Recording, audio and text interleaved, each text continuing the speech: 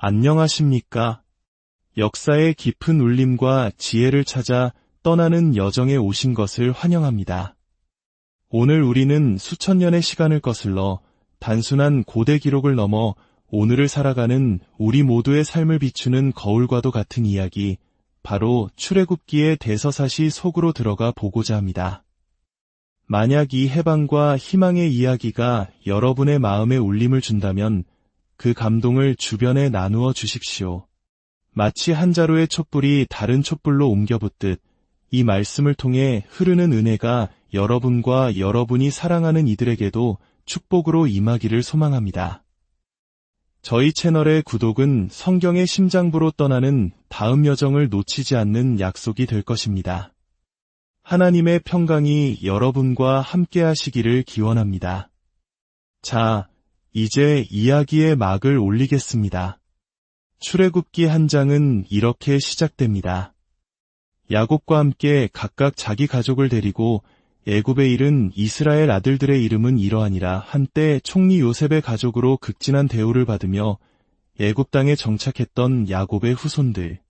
시간은 흘러 강물이 되고 그 강물은 역사의 지형을 바꾸어 놓았습니다. 요셉을 알지 못하는 새로운 파라오가 왕좌에 올랐습니다. 그의 눈에 비친 이스라엘 자손은 더 이상 우방의 후예가 아니었습니다. 무섭게 번성하는 그들의 수는 위협이었고 그들의 강성함은 공포였습니다. 파라오는 신하들에게 말합니다. 보라, 이 백성 이스라엘 자손이 우리보다 많고 강하도다. 자, 우리가 그들에게 대하여 지혜롭게 하자. 전쟁이라도 일어나는 날엔 그들이 우리의 적과 합세하여 우리를 치고 이 땅에서 떠나버릴지도 모른다. 두려움은 잔인함을 낳았습니다. 파라오는 이스라엘 백성 위에 감독들을 세우고 무거운 짐을 지워 그들을 괴롭게 했습니다. 국고성 비돔과 라암셋을 건축하는 고된 노역이 시작되었습니다. 흙을 이기고 벽돌을 굽는 끝없는 노동, 떼약볕 아래 펼쳐지는 혹독한 농사일로 그들의 삶은 신음으로 가득 찼습니다. 하지만 참으로 기이한 일이 일어났습니다. 성경은 이렇게 증언합니다. 그러나 학대를 받을수록 더욱 번성하여 퍼져나가니 마치 세찬 바람을 맞을수록 더욱 굳건히 뿌리내리는 나무처럼 억압의 채찍질이 거세질수록 이스라엘 민족은 더욱 강하고 거대해졌습니다. 이는 하나님의 역사 속에서 반복되는 신비로운 법칙입니다. 하나님의 사람들은 박해 속에서 연약해지는 것이 아니라 오히려 더욱 강하게 단련됩니다.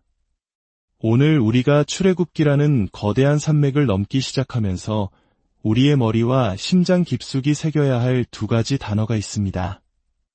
바로 죄의 지배와 은혜의 지배입니다. 당신은 지금 어느 쪽의 지배 아래 살아가고 있습니까? 이 질문은 곧 누가 당신의 왕인가? 라는 질문과 같습니다. 우리가 대한민국 여권을 들고 해외에 나가면 대한민국 국민으로서 그 나라의 헌법과 통치 아래 보호받습니다. 마찬가지로 우리의 영혼에도 보이지 않는 국적이 있습니다. 하나님의 통치를 받지 않는다면, 즉 그리스도의 은혜가 우리의 왕이 되지 않는다면 우리는 필연적으로 죄의 지배 아래 놓이게 됩니다. 선택지는 둘뿐입니다. 중간지대는 없습니다. 이스라엘 백성을 생각해 보십시오. 그들은 분명 하나님의 선택을 받은 백성이었습니다. 창세기에서 우리는 야곱이 이스라엘이라는 이름을 얻고 그의 12 아들이 한 민족의 기원이 되는 과정을 보았습니다. 그들은 혈통적으로, 언약적으로 분명히 하나님께 속한 자들이었습니다. 그러나 그들이 살고 있던 땅은 어디였습니까? 바로 애굽이었습니다. 죄악이 관영하고 우상숭배가 만연한 땅, 파라오가 신으로 군림하는 그 땅에서 살고 있었습니다. 바로 여기에 출애굽 이야기의 핵심이 있습니다. 하나님께 속한 백성이 죄의 땅 애굽에서 살면서도 과연 누구의 통치를 받으며 살아야 하는가? 하나님은 자신의 백성이 애굽의 노예로 남아 삼겹살을 구워 먹으며 안주하기를 원치 않으셨습니다. 그들을 그 죄의 땅에서 건져내어 약속의 땅, 젖과 꿀이 흐르는 땅으로 옮기시는 것. 이것이 바로 출애굽의 위대한 구원 계획입니다. 그리고 그 과정에서 그들은 인간의 힘으로는 도저히 넘을 수 없는 거대한 장벽, 홍해를 만나게 됩니다. 바로 그 절망의 순간, 하나님은 당신의 능력으로 바다를 가르십니다. 이 기적은 단순히 3,500년 전의 사건이 아닙니다. 오늘날 은혜의 지배 아래 살아가기로 결단한 우리 모두의 삶에 나타날 하나님의 능력을 보여주는 강력한 예표입니다. 우리는 그리스도의 은혜 안에서 하나님 나라의 백성으로서 이 땅을 살아갑니다. 그러나 이 여정은 광야와 같습니다. 때로는 애굽에서 먹던 기름진 음식, 세상이 주던 쾌락과 안락함이 그리워질 때도 있습니다. 광야에는 배달되는 양념통달도 시원한 음료수도 없습니다. 오직 하나님이 내려주시는 만나와 메추라기만 있을 뿐입니다. 많은 이들이 바로 이 지점에서 불평하고 원망하며 쓰러집니다. 그들의 기도는 이것입니다. 하나님, 저를 이 광야에서 건져내 애굽으로 돌려보내 주십시오. 그곳에서 성공하게 해주시고 배불리 먹게 해주세요. 이것이 바로 종교 생활의 함정입니다. 하나님의 통치를 받는 신앙생활이 아니라 죄의 지배 아래에서 나의 욕망을 채우기 위해 신을 이용하는 종교 생활로 전락하는 것입니다. 이것은 예수님께서 그토록 질타하셨던 바리새인들의 모습과 다르지 않습니다. 우리의 목표가 애굽에서 총리가 되는 것입니까? 아니면 하나님의 통치를 받는 거룩한 백성이 되는 것입니까? 물론 하나님께서는 요셉을 애굽의 총리로 세우셨습니다. 그러나 그것은 한 개인의 성공신화를 보여주기 위함이 아니라 장차 오실 그리스도를 통해 자기 백성을 구원하실 위대한 계획의 그림자를 보여주시기 위함이었습니다. 그리스도인도 CEO가 될 수 있고 사회의 지도자가 될 수 있습니다. 그러나 그 자리가 마귀의 도구가 되고 죄의 지배를 확장하는 통로가 된다면 그것은 성공이 아니라 가장 끔찍한 실패입니다. 중요한 것은 내가 어떤 자리에 있느냐가 아니라 내가 지금 누구의 지배 아래 있느냐는 것입니다. 은혜의 지배 아래 있는 사람, 복음으로 바로 선 사람만이 세상의 소금과 빛이 될 수 있습니다. 그렇지 않은 사람이 사회 참여를 외치고 비즈니스 선교를 말하는 것은 세상을 정화하는 소금물이 아니라 오염시키는 폐수가 될 뿐입니다. 먼저 내 자신이 복음으로 재건되고 내 삶의 예배가 회복되어야 합니다. 소수일지라도 진정한 제자의 길을 걷는 것이 중요합니다. 그 길을 걷는 자에게 하나님은 놀라운 복을 약속하십니다. 은혜의 지배를 받는 사람은 은혜로 충만한 삶을 누리게 됩니다. 그리고 마침내 내 인생을 가로막고 있던 홍해가 갈라지는 기적을 목도하게 될 것입니다. 이미 하나님께서는 창세기에서 아브라함에게 예언하셨습니다. 내 자손이 이방에서 객이 되어 그들을 섬기겠고 그들은 400년 동안 내 자손을 괴롭히리라. 하나님의 자녀들에게 닥치는 고난은 우연이 아닙니다. 그것은 우리를 연단하여 더 이상 한낱 가족이 아닌 거룩한 민족으로 세우시려는 하나님의 언약의 한 부분입니다. 고난은 우리를 하나님께로 더 가까이 나아가게 하는 통로이며 세상과 구별된 우리의 정체성을 더욱 선명하게 만드는 연금술입니다. 고난 속에서 우리는 인내와 믿음으로 그리스도를 드러냅니다. 내가 겪는 아픔과 고통을 기도로, 말씀으로, 성령의 은혜로 이겨내는 과정 속에서 나는 죽고 내 안에 계신 하나님이 일하시는 것을 보게 됩니다. 그럴 때 우리는 하나님과 폭발적으로 친밀해지며 성경에 기록된 그분의 성품이 바로 나의 아버지가 어떤 분이신지를 온몸으로 깨닫게 됩니다. 마치 하나님께서 온 세상 앞에서 이 아이는 내 아들이다. 내 딸이다 라고 선포하시는 것과 같습니다. 이 은혜를 체험한 사람은 더 이상 박해를 두려워하지 않습니다. 오히려 그 은혜를 잃을까 두려워하게 됩니다. 홍해를 가르신 기적은 이스라엘 백성만을 위한 것이 아니었습니다. 주변의 모든 이방 민족에게 살아계신 하나님이 누구신지를 보여주시는 장엄한 선포였습니다. 마찬가지로 당신의 삶에서 일어나는 기적은 당신 한 사람을 넘어 당신을 통해 하나님이 누구신지를 세상에 증거하는 통로가 될 것입니다. 출애굽 여정의 클라이맥스, 10번째 재앙이 애굽 땅을 덮쳤을 때 이스라엘 백성은 어떻게 그 끔찍한 심판을 피할 수 있었을까요? 하나님은 모세를 통해 명령하셨습니다. 흠없는 어린 양을 잡아 그 피를 문설주와 인방에 바르라. 죽음의 천사가 그 피를 볼 때에 그 집을 넘어갈 것, 즉 패소버 할 것이라 약속하셨습니다. 그 어린 양의 피가 바로 대속과 구별의 상징입니다. 하나님의 공의로운 심판이 죄악된 세상을 휩쓸 때 오직 어린 양의 피로 덮인 자들만이 구원을 얻습니다. 이 출애굽기의 어린 양은 신약의 요한계시록에서 찬란하게 빛나는 어린 양, 바로 우리 주 예수 그리스도를 가리키는 예표입니다. 요한계시록의 어린 양은 죽임을 당하셨으나 다시 살아나신 부활의 주님이시며 온 우주를 통치하시는 왕이시며 역사의 마지막을 심판하실 심판주이십니다.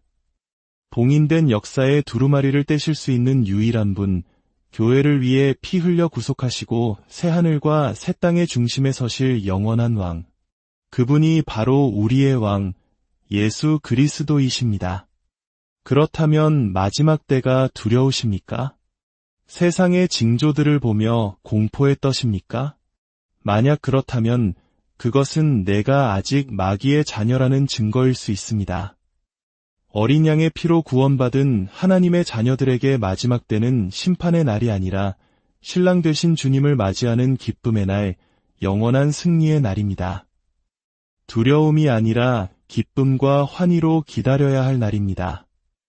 출애굽기의 어린 양과 요한계시록의 어린 양을 깊이 묵상하십시오.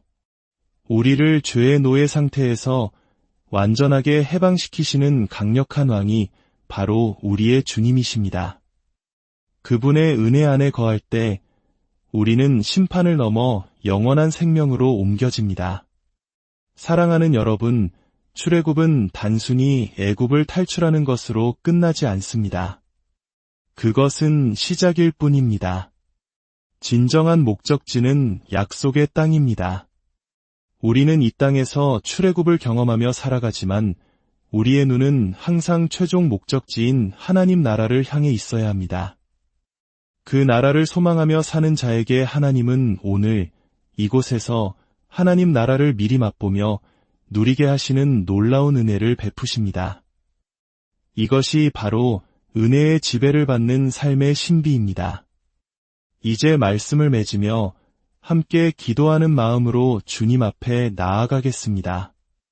거룩하신 하나님 아버지, 오늘 출애굽기의 말씀을 통해 우리 각자의 삶이 죄의 땅 애굽과 같았음을 고백합니다. 세상의 가치관을 따르며 파라오의 노예로 살았던 저희의 어리석음을 용서하여 주시옵소서. 그러나 저희를 그곳에 버려두지 아니하시고 어린 양 예수 그리스도의 보혈로 구원하시어 은혜의 여정으로 불러주시니 감사드립니다. 우리의 삶을 가로막는 현실의 홍해 앞에서 낙심하고 두려워하는 심령들이 있습니까? 애굽 군대의 말발굽 소리에 절망하는 영혼들이 있습니까? 주님, 이제 당신의 능력의 팔을 펼치사 우리의 홍해를 갈라주시옵소서. 건강의 문제, 재정의 문제, 관계의 문제로 신음하는 당신의 자녀들을 불쌍히 여기사 새로운 길을 열어주시옵소서. 고난의 광야길을 걸을 때 세상의 것들을 그리워하며 불평하지 않게 하시고 오직 하늘로부터 내려오는 만나이신 예수 그리스도를 의지하며 살게 하여 주시옵소서. 우리의 모든 삶의 영역이 죄의 지배가 아닌 은혜의 지배 아래 놓이게 하시고 우리의 왕은 오직 주님 한 분이심을 날마다 입술과 삶으로 고백하게 하여 주시옵소서.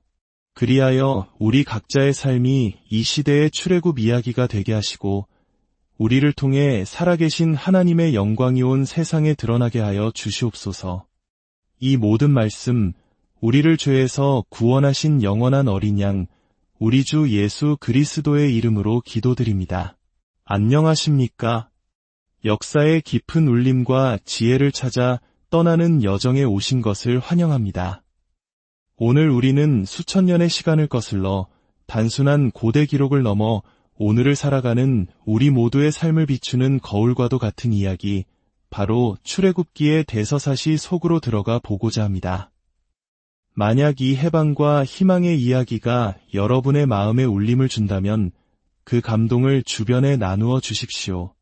마치 한 자루의 촛불이 다른 촛불로 옮겨붙듯 이 말씀을 통해 흐르는 은혜가 여러분과 여러분이 사랑하는 이들에게도 축복으로 임하기를 소망합니다.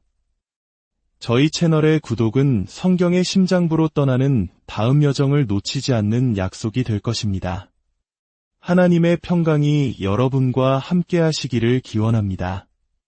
자, 이제 이야기의 막을 올리겠습니다.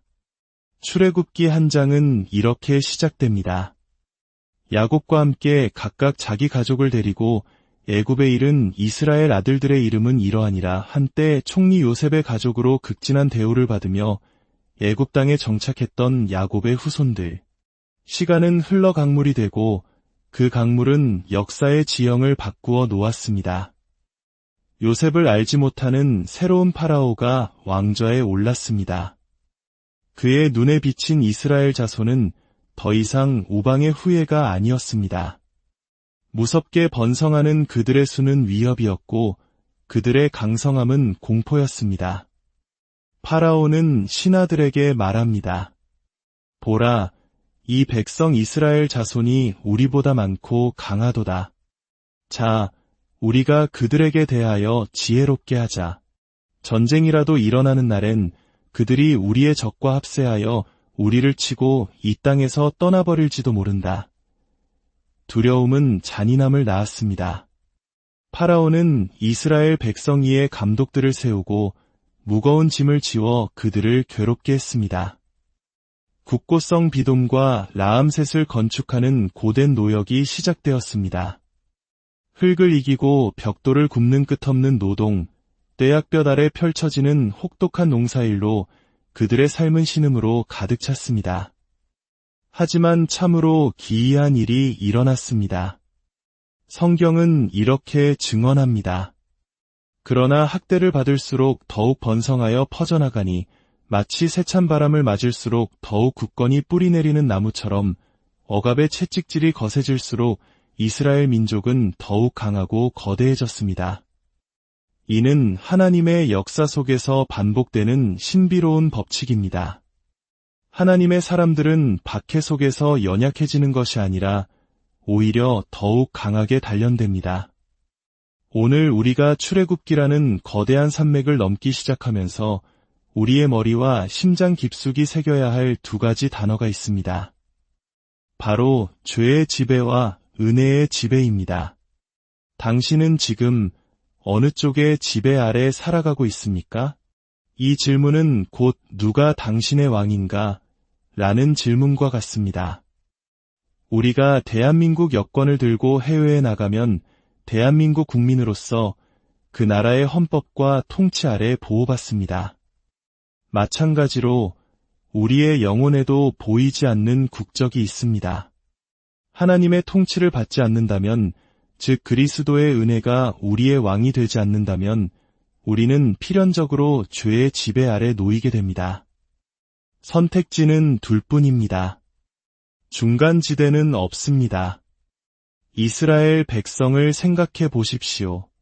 그들은 분명 하나님의 선택을 받은 백성이었습니다. 창세기에서 우리는 야곱이 이스라엘이라는 이름을 얻고 그의 12아들이 한 민족의 기원이 되는 과정을 보았습니다. 그들은 혈통적으로, 언약적으로 분명히 하나님께 속한 자들이었습니다. 그러나 그들이 살고 있던 땅은 어디였습니까? 바로 애굽이었습니다. 죄악이 관영하고 우상숭배가 만연한 땅, 파라오가 신으로 군림하는 그 땅에서 살고 있었습니다. 바로 여기에 출애굽 이야기의 핵심이 있습니다. 하나님께 속한 백성이 죄의 땅 애굽에서 살면서도 과연 누구의 통치를 받으며 살아야 하는가? 하나님은 자신의 백성이 애굽의 노예로 남아 삼겹살을 구워 먹으며 안주하기를 원치 않으셨습니다. 그들을 그 죄의 땅에서 건져내어 약속의 땅, 젖과 꿀이 흐르는 땅으로 옮기시는 것. 이것이 바로 출애굽의 위대한 구원 계획입니다. 그리고 그 과정에서 그들은 인간의 힘으로는 도저히 넘을 수 없는 거대한 장벽, 홍해를 만나게 됩니다. 바로 그 절망의 순간 하나님은 당신의 능력으로 바다를 가르십니다. 이 기적은 단순히 3,500년 전의 사건이 아닙니다. 오늘날 은혜의 지배 아래 살아가기로 결단한 우리 모두의 삶에 나타날 하나님의 능력을 보여주는 강력한 예표입니다. 우리는 그리스도의 은혜 안에서 하나님 나라의 백성으로서 이 땅을 살아갑니다. 그러나 이 여정은 광야와 같습니다. 때로는 애굽에서 먹던 기름진 음식, 세상이 주던 쾌락과 안락함이 그리워질 때도 있습니다. 광야에는 배달되는 양념통달도 시원한 음료수도 없습니다. 오직 하나님이 내려주시는 만나와 메추라기만 있을 뿐입니다. 많은 이들이 바로 이 지점에서 불평하고 원망하며 쓰러집니다. 그들의 기도는 이것입니다. 하나님, 저를 이 광야에서 건져내 애굽으로 돌려보내 주십시오. 그곳에서 성공하게 해주시고 배불리 먹게 해주세요. 이것이 바로 종교 생활의 함정입니다. 하나님의 통치를 받는 신앙생활이 아니라 죄의 지배 아래에서 나의 욕망을 채우기 위해 신을 이용하는 종교 생활로 전락하는 것입니다. 이것은 예수님께서 그토록 질타하셨던 바리새인들의 모습과 다르지 않습니다. 우리의 목표가 애굽에서 총리가 되는 것입니까? 아니면 하나님의 통치를 받는 거룩한 백성이 되는 것입니까? 물론 하나님께서는 요셉을 애굽의 총리로 세우셨습니다. 그러나 그것은 한 개인의 성공신화를 보여주기 위함이 아니라 장차 오실 그리스도를 통해 자기 백성을 구원하실 위대한 계획의 그림자를 보여주시기 위함이었습니다. 그리스도인도 CEO가 될 수 있고 사회의 지도자가 될 수 있습니다. 그러나 그 자리가 마귀의 도구가 되고 죄의 지배를 확장하는 통로가 된다면 그것은 성공이 아니라 가장 끔찍한 실패입니다. 중요한 것은 내가 어떤 자리에 있느냐가 아니라 내가 지금 누구의 지배 아래 있느냐는 것입니다. 은혜의 지배 아래 있는 사람, 복음으로 바로 선 사람만이 세상의 소금과 빛이 될 수 있습니다. 그렇지 않은 사람이 사회 참여를 외치고 비즈니스 선교를 말하는 것은 세상을 정화하는 소금물이 아니라 오염시키는 폐수가 될 뿐입니다. 먼저 내 자신이 복음으로 재건되고 내 삶의 예배가 회복되어야 합니다. 소수일지라도 진정한 제자의 길을 걷는 것이 중요합니다. 그 길을 걷는 자에게 하나님은 놀라운 복을 약속하십니다. 은혜의 지배를 받는 사람은 은혜로 충만한 삶을 누리게 됩니다. 그리고 마침내 내 인생을 가로막고 있던 홍해가 갈라지는 기적을 목도하게 될 것입니다. 이미 하나님께서는 창세기에서 아브라함에게 예언하셨습니다. 내 자손이 이방에서 객이 되어 그들을 섬기겠고 그들은 400년 동안 내 자손을 괴롭히리라. 하나님의 자녀들에게 닥치는 고난은 우연이 아닙니다. 그것은 우리를 연단하여 더 이상 한낱 가족이 아닌 거룩한 민족으로 세우시려는 하나님의 언약의 한 부분입니다. 고난은 우리를 하나님께로 더 가까이 나아가게 하는 통로이며 세상과 구별된 우리의 정체성을 더욱 선명하게 만드는 연금술입니다. 고난 속에서 우리는 인내와 믿음으로 그리스도를 드러냅니다. 내가 겪는 아픔과 고통을 기도로, 말씀으로, 성령의 은혜로 이겨내는 과정 속에서 나는 죽고 내 안에 계신 하나님이 일하시는 것을 보게 됩니다.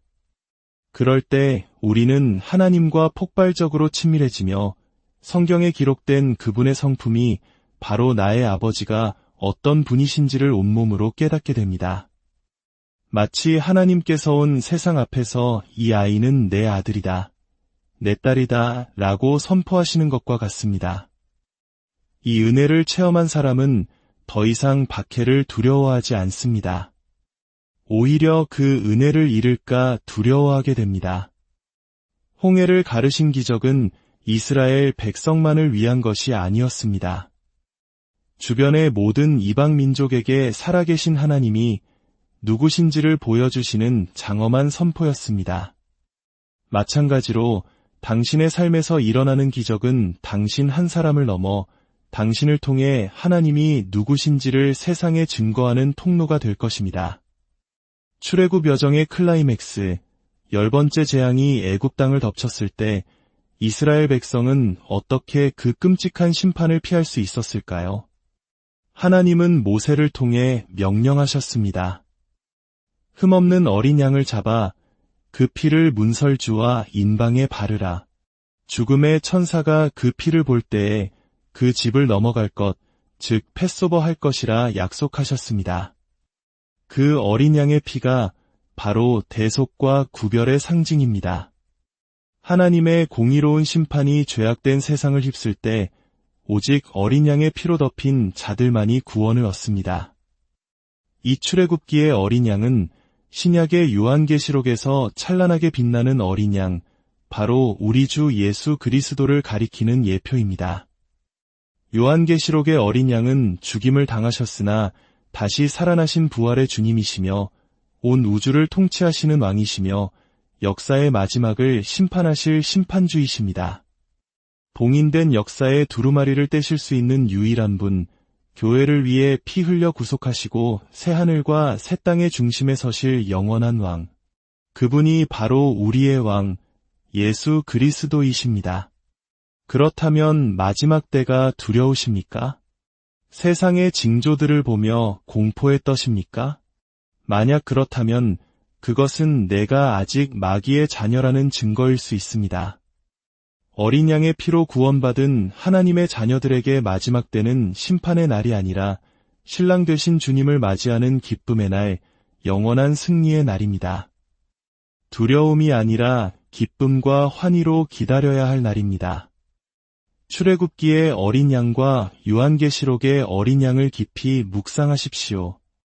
우리를 죄의 노예 상태에서 완전하게 해방시키시는 강력한 왕이 바로 우리의 주님이십니다. 그분의 은혜 안에 거할 때 우리는 심판을 넘어 영원한 생명으로 옮겨집니다. 사랑하는 여러분, 출애굽은 단순히 애굽을 탈출하는 것으로 끝나지 않습니다. 그것은 시작일 뿐입니다. 진정한 목적지는 약속의 땅입니다. 우리는 이 땅에서 출애굽을 경험하며 살아가지만 우리의 눈은 항상 최종 목적지인 하나님 나라를 향해 있어야 합니다. 그 나라를 소망하며 사는 자에게 하나님은 오늘 이곳에서 하나님 나라를 미리 맛보며 누리게 하시는 놀라운 은혜를 베푸십니다. 이것이 바로 은혜의 지배를 받는 삶의 신비입니다. 이제 말씀을 맺으며 함께 기도하는 마음으로 주님 앞에 나아가겠습니다. 거룩하신 하나님 아버지, 오늘 출애굽기의 말씀을 통해 우리 각자의 삶이 죄의 땅 애굽과 같았음을 고백합니다. 세상의 가치관을 따르며 파라오의 노예로 살았던 저희의 어리석음을 용서하여 주시옵소서. 그러나 저희를 그곳에 버려두지 아니하시고 어린 양 예수 그리스도의 보혈로 구원하시어 은혜의 여정으로 불러주시니 감사드립니다. 우리의 삶을 가로막는 현실의 홍해 앞에서 낙심하고 두려워하는 심령들이 있습니까? 애굽 군대의 말발굽 소리에 절망하는 영혼들이 있습니까? 주님, 이제 당신의 능력의 팔을 펼치사 우리의 홍해를 갈라주시옵소서. 건강의 문제, 재정의 문제, 관계의 문제로 신음하는 당신의 자녀들을 불쌍히 여기사 새로운 길을 열어주시옵소서. 고난의 광야 길을 걸을 때 세상의 것들을 그리워하며 불평하지 않게 하시고 오직 하늘로부터 내려오는 만나이신 예수 그리스도를 의지하며 살게 하여 주시옵소서. 우리의 모든 삶의 영역이 죄의 지배가 아닌 은혜의 지배 아래 놓이게 하시고 우리의 왕은 오직 주님 한 분이심을 날마다 입술과 삶으로 고백하게 하여 주시옵소서. 그리하여 우리 각자의 삶이 이 시대의 출애굽 이야기가 되게 하시고 우리를 통해 살아계신 하나님의 영광이 온 세상에 드러나게 하여 주시옵소서. 이 모든 말씀, 우리를 죄에서 구원하신 영원한 어린 양, 우리 주 예수 그리스도의 이름으로 기도드립니다. 안녕하십니까? 역사의 깊은 울림과 지혜를 찾아 떠나는 여정에 오신 것을 환영합니다. 오늘 우리는 수천 년의 시간을 거슬러 단순한 고대 기록을 넘어 오늘을 살아가는 우리 모두의 삶을 비추는 거울과도 같은 이야기, 바로 출애굽기의 대서사시 속으로 들어가 보고자 합니다. 만약 이 해방과 희망의 이야기가 여러분의 마음에 울림을 준다면 그 감동을 주변에 나누어 주십시오. 마치 한 자루의 촛불이 다른 촛불로 옮겨 붙듯 이 말씀을 통해 흐르는 은혜가 여러분과 여러분이 사랑하는 이들에게도 축복으로 임하기를 소망합니다. 저희 채널의 구독은 성경의 심장부로 떠나는 다음 여정을 놓치지 않는 약속이 될 것입니다. 하나님의 평강이 여러분과 함께 하시기를 기원합니다. 자, 이제 이야기의 막을 올리겠습니다. 출애굽기 한 장은 이렇게 시작됩니다. 야곱과 함께 각각 자기 가족을 데리고 애굽에 이른 이스라엘 아들들의 이름은 이러하니라. 한때 총리 요셉의 가족으로 극진한 대우를 받으며 애굽 땅에 정착했던 야곱의 후손들. 시간은 흘러 강물이 되고 그 강물은 역사의 지형을 바꾸어 놓았습니다. 요셉을 알지 못하는 새로운 파라오가 왕좌에 올랐습니다. 그의 눈에 비친 이스라엘 자손은 더 이상 우방의 후예가 아니었습니다. 무섭게 번성하는 그들의 수는 위협이었고 그들의 강성함은 공포였습니다. 파라오는 신하들에게 말합니다. 보라, 이 백성 이스라엘 자손이 우리보다 많고 강하도다. 자, 우리가 그들에게 대하여 지혜롭게 하자. 전쟁이라도 일어나는 날엔 그들이 우리의 적과 합세하여 우리를 치고 이 땅에서 떠나버릴지도 모른다. 두려움은 잔인함을 낳았습니다. 파라오는 이스라엘 백성 위에 감독들을 세우고 무거운 짐을 지워 그들을 괴롭게 했습니다. 국고성 비돔과 라암셋을 건축하는 고된 노역이 시작되었습니다. 흙을 이기고 벽돌을 굽는 끝없는 노동, 떼약볕 아래 펼쳐지는 혹독한 농사일로 그들의 삶은 신음으로 가득 찼습니다. 하지만 참으로 기이한 일이 일어났습니다. 성경은 이렇게 증언합니다. 그러나 학대를 받을수록 더욱 번성하여 퍼져나가니 마치 세찬 바람을 맞을수록 더욱 굳건히 뿌리내리는 나무처럼 억압의 채찍질이 거세질수록 이스라엘 민족은 더욱 강하고 거대해졌습니다. 이는 하나님의 역사 속에서 반복되는 신비로운 법칙입니다. 하나님의 사람들은 박해 속에서 연약해지는 것이 아니라 오히려 더욱 강하게 단련됩니다. 오늘 우리가 출애굽기라는 거대한 산맥을 넘기 시작하면서 우리의 머리와 심장 깊숙이 새겨야 할 두 가지 단어가 있습니다. 바로 죄의 지배와 은혜의 지배입니다. 당신은 지금 어느 쪽의 지배 아래 살아가고 있습니까? 이 질문은 곧 누가 당신의 왕인가? 라는 질문과 같습니다.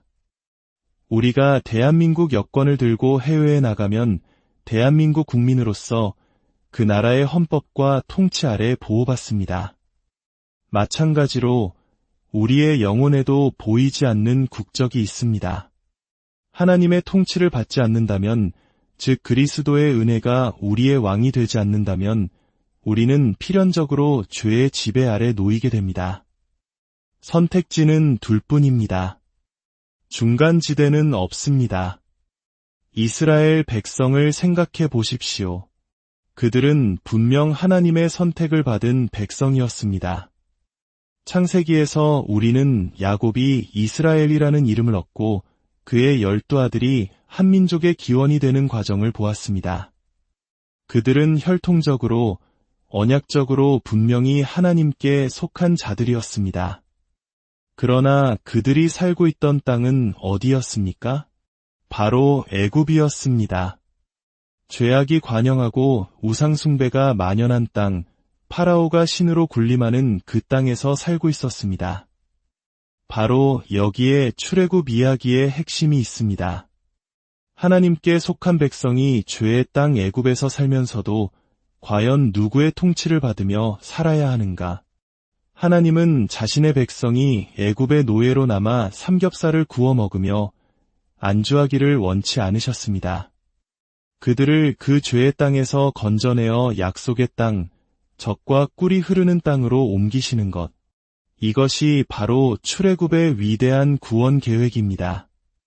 그리고 그 과정에서 그들은 인간의 힘으로는 도저히 넘을 수 없는 거대한 장벽, 홍해를 만나게 됩니다. 바로 그 절망의 순간 하나님은 당신의 능력으로 바다를 가르십니다. 이 기적은 단순히 3,500년 전의 사건이 아닙니다. 오늘날 은혜의 지배 아래 살아가기로 결단한 우리 모두의 삶에 나타날 하나님의 능력을 보여주는 강력한 예표입니다. 우리는 그리스도의 은혜 안에서 하나님 나라의 백성으로서 이 땅을 살아갑니다.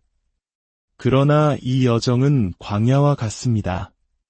때로는 애굽에서 먹던 기름진 음식, 세상이 주던 쾌락과 안락함이 그리워질 때도 있습니다. 광야에는 배달되는 양념통달도 시원한 음료수도 없습니다. 오직 하나님이 내려주시는 만나와 메추라기만 있을 뿐입니다.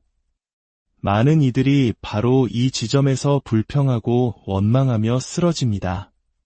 그들의 기도는 이것입니다. 하나님, 저를 이 광야에서 건져내 애굽으로 돌려보내 주십시오. 그곳에서 성공하게 해주시고 배불리 먹게 해주세요. 이것이 바로 종교 생활의 함정입니다.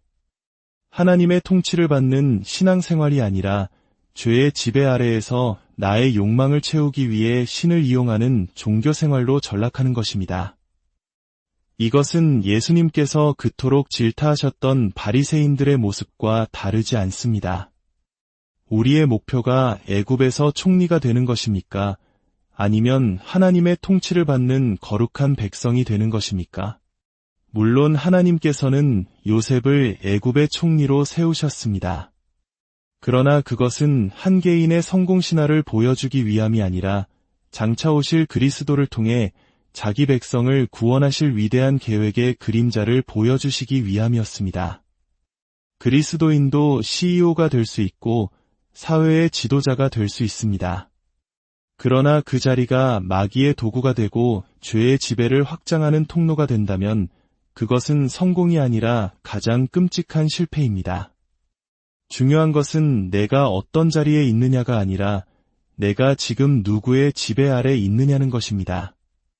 은혜의 지배 아래 있는 사람, 복음으로 바로 선 사람만이 세상의 소금과 빛이 될 수 있습니다. 그렇지 않은 사람이 사회 참여를 외치고 비즈니스 선교를 말하는 것은 세상을 정화하는 소금물이 아니라 오염시키는 폐수가 될 뿐입니다. 먼저 내 자신이 복음으로 재건되고 내 삶의 예배가 회복되어야 합니다. 소수일지라도 진정한 제자의 길을 걷는 것이 중요합니다. 그 길을 걷는 자에게 하나님은 놀라운 복을 약속하십니다. 은혜의 지배를 받는 사람은 은혜로 충만한 삶을 누리게 됩니다.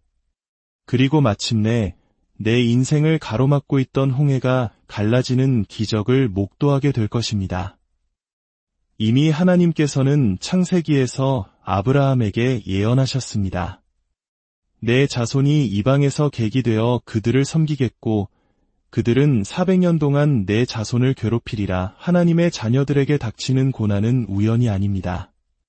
그것은 우리를 연단하여 더 이상 한낱 가족이 아닌 거룩한 민족으로 세우시려는 하나님의 언약의 한 부분입니다. 고난은 우리를 하나님께로 더 가까이 나아가게 하는 통로이며 세상과 구별된 우리의 정체성을 더욱 선명하게 만드는 연금술입니다. 고난 속에서 우리는 인내와 믿음으로 그리스도를 드러냅니다. 내가 겪는 아픔과 고통을 기도로, 말씀으로, 성령의 은혜로 이겨내는 과정 속에서 나는 죽고 내 안에 계신 하나님이 일하시는 것을 보게 됩니다. 그럴 때 우리는 하나님과 폭발적으로 친밀해지며 성경에 기록된 그분의 성품이 바로 나의 아버지가 어떤 분이신지를 온몸으로 깨닫게 됩니다.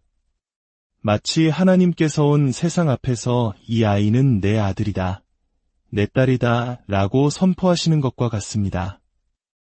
이 은혜를 체험한 사람은 더 이상 박해를 두려워하지 않습니다. 오히려 그 은혜를 잃을까 두려워하게 됩니다. 홍해를 가르신 기적은 이스라엘 백성만을 위한 것이 아니었습니다. 주변의 모든 이방 민족에게 살아계신 하나님이 누구신지를 보여주시는 장엄한 선포였습니다. 마찬가지로 당신의 삶에서 일어나는 기적은 당신 한 사람을 넘어 당신을 통해 하나님이 누구신지를 세상에 증거하는 통로가 될 것입니다. 출애굽 여정의 클라이맥스, 10번째 재앙이 애굽 땅을 덮쳤을 때 이스라엘 백성은 어떻게 그 끔찍한 심판을 피할 수 있었을까요? 하나님은 모세를 통해 명령하셨습니다. 흠없는 어린 양을 잡아 그 피를 문설주와 인방에 바르라. 죽음의 천사가 그 피를 볼 때에 그 집을 넘어갈 것, 즉 패소버 할 것이라 약속하셨습니다. 그 어린 양의 피가 바로 대속과 구별의 상징입니다.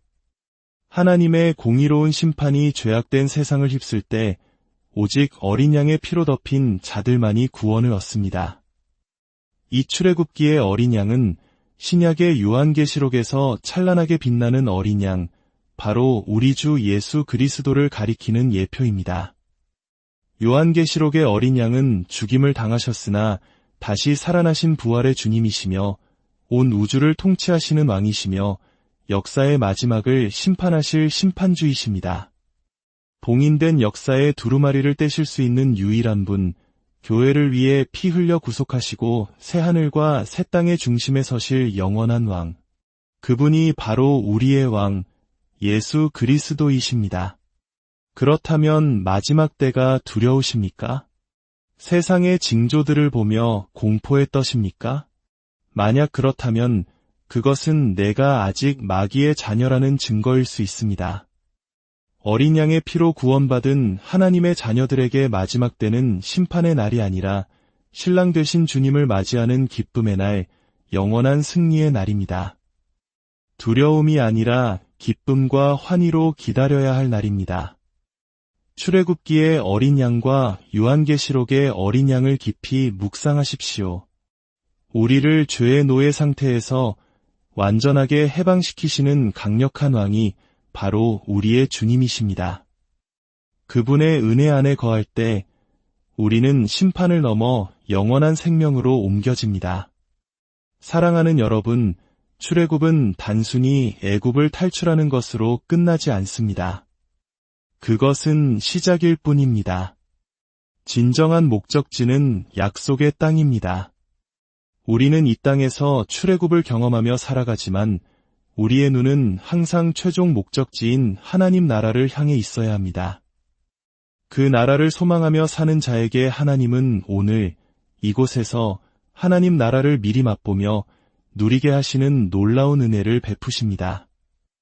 이것이 바로 은혜의 지배를 받는 삶의 신비입니다. 이제 말씀을 맺으며 함께 기도하는 마음으로 주님 앞에 나아가겠습니다.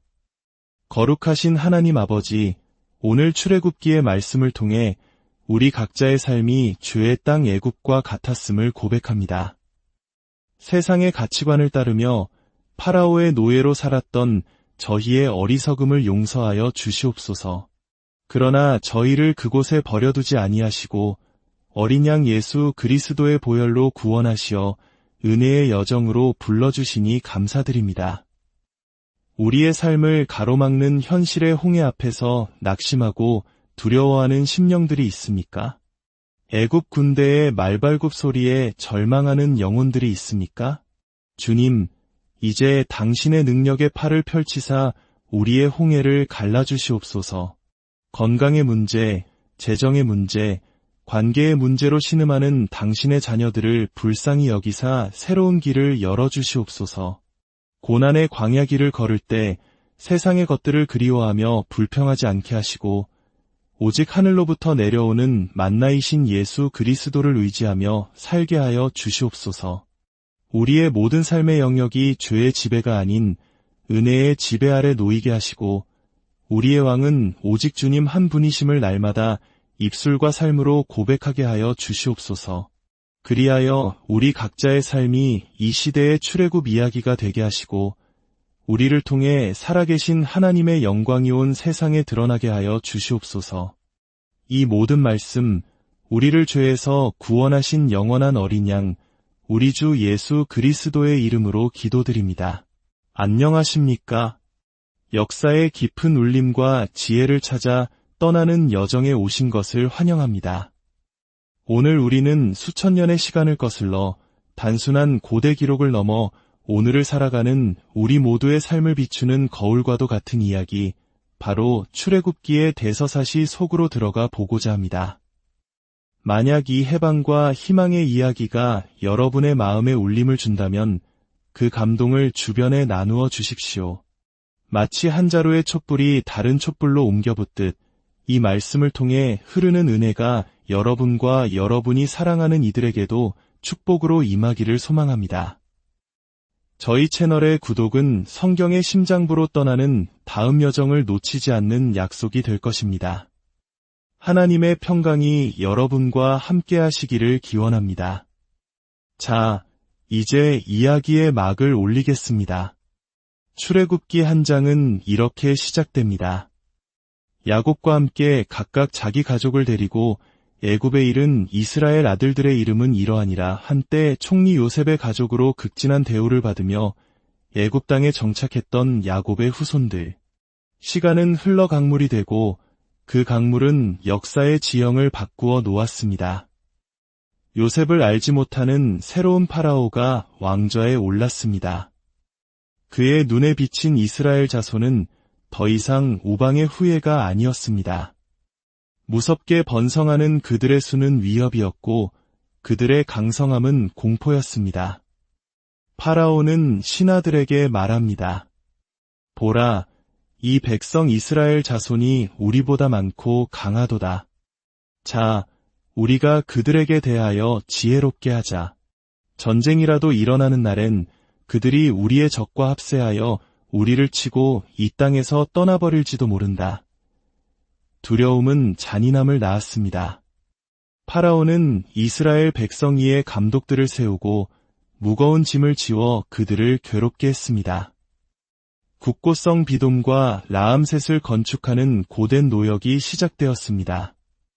흙을 이기고 벽돌을 굽는 끝없는 노동, 떼약볕 아래 펼쳐지는 혹독한 농사일로 그들의 삶은 신음으로 가득 찼습니다. 하지만 참으로 기이한 일이 일어났습니다. 성경은 이렇게 증언합니다. 그러나 학대를 받을수록 더욱 번성하여 퍼져나가니 마치 세찬 바람을 맞을수록 더욱 굳건히 뿌리내리는 나무처럼 억압의 채찍질이 거세질수록 이스라엘 민족은 더욱 강하고 거대해졌습니다. 이는 하나님의 역사 속에서 반복되는 신비로운 법칙입니다. 하나님의 사람들은 박해 속에서 연약해지는 것이 아니라 오히려 더욱 강하게 단련됩니다. 오늘 우리가 출애굽기라는 거대한 산맥을 넘기 시작하면서 우리의 머리와 심장 깊숙이 새겨야 할 두 가지 단어가 있습니다. 바로 죄의 지배와 은혜의 지배입니다. 당신은 지금 어느 쪽의 지배 아래 살아가고 있습니까? 이 질문은 곧 누가 당신의 왕인가? 라는 질문과 같습니다. 우리가 대한민국 여권을 들고 해외에 나가면 대한민국 국민으로서 그 나라의 헌법과 통치 아래 보호받습니다. 마찬가지로 우리의 영혼에도 보이지 않는 국적이 있습니다. 하나님의 통치를 받지 않는다면, 즉 그리스도의 은혜가 우리의 왕이 되지 않는다면 우리는 필연적으로 죄의 지배 아래 놓이게 됩니다. 선택지는 둘뿐입니다. 중간지대는 없습니다. 이스라엘 백성을 생각해 보십시오. 그들은 분명 하나님의 선택을 받은 백성이었습니다. 창세기에서 우리는 야곱이 이스라엘이라는 이름을 얻고 그의 12아들이 한 민족의 기원이 되는 과정을 보았습니다. 그들은 혈통적으로, 언약적으로 분명히 하나님께 속한 자들이었습니다. 그러나 그들이 살고 있던 땅은 어디였습니까? 바로 애굽이었습니다. 죄악이 관영하고 우상숭배가 만연한 땅, 파라오가 신으로 군림하는 그 땅에서 살고 있었습니다. 바로 여기에 출애굽 이야기의 핵심이 있습니다.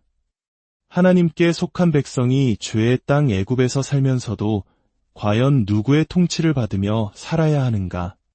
하나님은 자신의 백성이 애굽의 노예로 남아 삼겹살을 구워 먹으며 안주하기를 원치 않으셨습니다. 그들을 그 죄의 땅에서 건져내어 약속의 땅, 젖과 꿀이 흐르는 땅으로 옮기시는 것. 이것이 바로 출애굽의 위대한 구원 계획입니다. 그리고 그 과정에서 그들은 인간의 힘으로는 도저히 넘을 수 없는 거대한 장벽, 홍해를 만나게 됩니다. 바로 그 절망의 순간 하나님은 당신의 능력으로 바다를 가르십니다. 이 기적은 단순히 3,500년 전의 사건이 아닙니다. 오늘날 은혜의 지배 아래 살아가기로 결단한 우리 모두의 삶에 나타날 하나님의 능력을 보여주는 강력한 예표입니다. 우리는 그리스도의 은혜 안에서 하나님 나라의 백성으로서 이 땅을 살아갑니다. 그러나 이 여정은 광야와 같습니다. 때로는 애굽에서 먹던 기름진 음식, 세상이 주던 쾌락과 안락함이 그리워질 때도 있습니다. 광야에는 배달되는 양념통달도 시원한 음료수도 없습니다. 오직 하나님이 내려주시는 만나와 메추라기만 있을 뿐입니다. 많은 이들이 바로 이 지점에서 불평하고 원망하며 쓰러집니다. 그들의 기도는 이것입니다.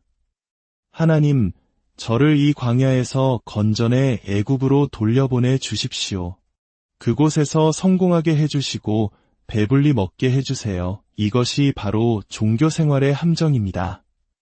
하나님의 통치를 받는 신앙생활이 아니라 죄의 지배 아래에서 나의 욕망을 채우기 위해 신을 이용하는 종교생활로 전락하는 것입니다. 이것은 예수님께서 그토록 질타하셨던 바리새인들의 모습과 다르지 않습니다. 우리의 목표가 애굽에서 총리가 되는 것입니까? 아니면 하나님의 통치를 받는 거룩한 백성이 되는 것입니까? 물론 하나님께서는 요셉을 애굽의 총리로 세우셨습니다. 그러나 그것은 한 개인의 성공신화를 보여주기 위함이 아니라 장차 오실 그리스도를 통해 자기 백성을 구원하실 위대한 계획의 그림자를 보여주시기 위함이었습니다. 그리스도인도 CEO가 될 수 있고 사회의 지도자가 될 수 있습니다. 그러나 그 자리가 마귀의 도구가 되고 죄의 지배를 확장하는 통로가 된다면 그것은 성공이 아니라 가장 끔찍한 실패입니다. 중요한 것은 내가 어떤 자리에 있느냐가 아니라 내가 지금 누구의 지배 아래 있느냐는 것입니다. 은혜의 지배 아래 있는 사람, 복음으로 바로 선 사람만이 세상의 소금과 빛이 될 수 있습니다. 그렇지 않은 사람이 사회 참여를 외치고 비즈니스 선교를 말하는 것은 세상을 정화하는 소금물이 아니라 오염시키는 폐수가 될 뿐입니다. 먼저 내 자신이 복음으로 재건되고 내 삶의 예배가 회복되어야 합니다. 소수일지라도 진정한 제자의 길을 걷는 것이 중요합니다. 그 길을 걷는 자에게 하나님은 놀라운 복을 약속하십니다. 은혜의 지배를 받는 사람은 은혜로 충만한 삶을 누리게 됩니다. 그리고 마침내 내 인생을 가로막고 있던 홍해가 갈라지는 기적을 목도하게 될 것입니다. 이미 하나님께서는 창세기에서 아브라함에게 예언하셨습니다. 내 자손이 이방에서 객이 되어 그들을 섬기겠고 그들은 400년 동안 내 자손을 괴롭히리라. 하나님의 자녀들에게 닥치는 고난은 우연이 아닙니다. 그것은 우리를 연단하여 더 이상 한낱 가족이 아닌 거룩한 민족으로 세우시려는 하나님의 언약의 한 부분입니다. 고난은 우리를 하나님께로 더 가까이 나아가게 하는 통로이며 세상과 구별된 우리의 정체성을 더욱 선명하게 만드는 연금술입니다. 고난 속에서 우리는 인내와 믿음으로 그리스도를 드러냅니다. 내가 겪는 아픔과 고통을 기도로, 말씀으로, 성령의 은혜로 이겨내는 과정 속에서 나는 죽고 내 안에 계신 하나님이 일하시는 것을 보게 됩니다. 그럴 때 우리는 하나님과 폭발적으로 친밀해지며 성경에 기록된 그분의 성품이 바로 나의 아버지가 어떤 분이신지를 온몸으로 깨닫게 됩니다. 마치 하나님께서 온 세상 앞에서 이 아이는 내 아들이다, 내 딸이다 라고 선포하시는 것과 같습니다. 이 은혜를 체험한 사람은 더 이상 박해를 두려워하지 않습니다. 오히려 그 은혜를 잃을까 두려워하게 됩니다. 홍해를 가르신 기적은 이스라엘 백성만을 위한 것이 아니었습니다. 주변의 모든 이방 민족에게 살아계신 하나님이 누구신지를 보여주시는 장엄한 선포였습니다. 마찬가지로 당신의 삶에서 일어나는 기적은 당신 한 사람을 넘어 당신을 통해 하나님이 누구신지를 세상에 증거하는 통로가 될 것입니다. 출애굽 여정의 클라이맥스, 10번째 재앙이 애굽 땅을 덮쳤을 때 이스라엘 백성은 어떻게 그 끔찍한 심판을 피할 수 있었을까요? 하나님은 모세를 통해 명령하셨습니다. 흠없는 어린 양을 잡아 그 피를 문설주와 인방에 바르라. 죽음의 천사가 그 피를 볼 때에 그 집을 넘어갈 것, 즉 패소버 할 것이라 약속하셨습니다. 그 어린 양의 피가 바로 대속과 구별의 상징입니다. 하나님의 공의로운 심판이 죄악된 세상을 휩쓸 때 오직 어린 양의 피로 덮인 자들만이 구원을 얻습니다. 이 출애굽기의 어린 양은 신약의 요한계시록에서 찬란하게 빛나는 어린 양, 바로 우리 주 예수 그리스도를 가리키는 예표입니다. 요한계시록의 어린 양은 죽임을 당하셨으나 다시 살아나신 부활의 주님이시며 온 우주를 통치하시는 왕이시며 역사의 마지막을 심판하실 심판주이십니다. 봉인된 역사의 두루마리를 떼실 수 있는 유일한 분, 교회를 위해 피 흘려 구속하시고 새하늘과 새 땅의 중심에 서실 영원한 왕. 그분이 바로 우리의 왕, 예수 그리스도이십니다. 그렇다면 마지막 때가 두려우십니까? 세상의 징조들을 보며 공포에 떠십니까? 만약 그렇다면 그것은 내가 아직 마귀의 자녀라는 증거일 수 있습니다. 어린 양의 피로 구원받은 하나님의 자녀들에게 마지막 때는 심판의 날이 아니라 신랑 되신 주님을 맞이하는 기쁨의 날, 영원한 승리의 날입니다. 두려움이 아니라 기쁨과 환희로 기다려야 할 날입니다. 출애굽기의 어린 양과 요한계시록의 어린 양을 깊이 묵상하십시오. 우리를 죄의 노예 상태에서 완전하게 해방시키시는 강력한 왕이 바로 우리의 주님이십니다. 그분의 은혜 안에 거할 때 우리는 심판을 넘어 영원한 생명으로 옮겨집니다. 사랑하는 여러분, 출애굽은 단순히 애굽을 탈출하는 것으로 끝나지 않습니다. 그것은 시작일 뿐입니다. 진정한 목적지는 약속의 땅입니다. 우리는 이 땅에서 출애굽을 경험하며 살아가지만 우리의 눈은 항상 최종 목적지인 하나님 나라를 향해 있어야 합니다. 그 나라를 소망하며 사는 자에게 하나님은 오늘 이곳에서 하나님 나라를 미리 맛보며 누리게 하시는 놀라운 은혜를 베푸십니다. 이것이 바로 은혜의 지배를 받는 삶의 신비입니다. 이제 말씀을 맺으며 함께 기도하는 마음으로 주님 앞에 나아가겠습니다. 거룩하신 하나님 아버지, 오늘 출애굽기의 말씀을 통해 우리 각자의 삶이 죄의 땅 애굽과 같았음을 고백합니다. 세상의 가치관을 따르며 파라오의 노예로 살았던 저희의 어리석음을 용서하여 주시옵소서. 그러나 저희를 그곳에 버려두지 아니하시고 어린 양 예수 그리스도의 보혈로 구원하시어 은혜의